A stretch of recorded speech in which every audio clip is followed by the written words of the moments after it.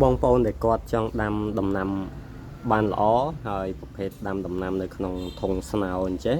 ខ្ញុំមានតិចនិចមួយនេះគឺជាចក្រីដែលខ្ញុំបានដាំហើយតិចនិចដែលយើងនឹងត្រូវដាំគឺនៅពេលដែលពុកម៉ែបងប្អូនមានកាកសំណល់ផ្ទះបាយនៅសល់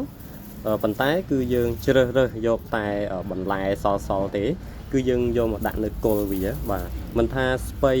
មិនថាស្ពៃបកគោមិនថាស្ពៃតឿមិនថាស្ពៃអីនៅពេលដែលជាប្រភេទកាកសំណល់គឺយើងអាចធ្វើការយកមកដាក់នៅគល់ដូចអ្វីដែលខ្ញុំបានបង្ហាញអញ្ចឹងពុកម៉ែបងប្អូនឃើញចក្រីគឺចាប់ផ្ដើមបែកគល់ល្អខ្លាំងមែនតើម្ដើមគឺធំហើយនេះគឺជាដាំនៅក្នុងធុងស្នោទេហើយមើលម្ដើមនេះគឺធំហើយជាមួយនឹងយើងឃើញជីនេះគេហៅជីពងទាកូនហ្នឹងគឺនេះគឺមកគុំឯណាបាទគឺតែគល់មួយទេគឺគល់មួយហ្នឹងគឺ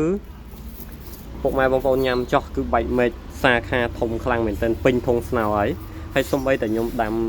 ប្រភេទជីនាងវងនៅក្នុងហ្នឹងក៏ល្អដែរបាទអញ្ចឹងជីនាងវងបាទជីពងទាកូនហើយមួយស្លឹកគ្រៃនេះគឺយើងអាចដាំ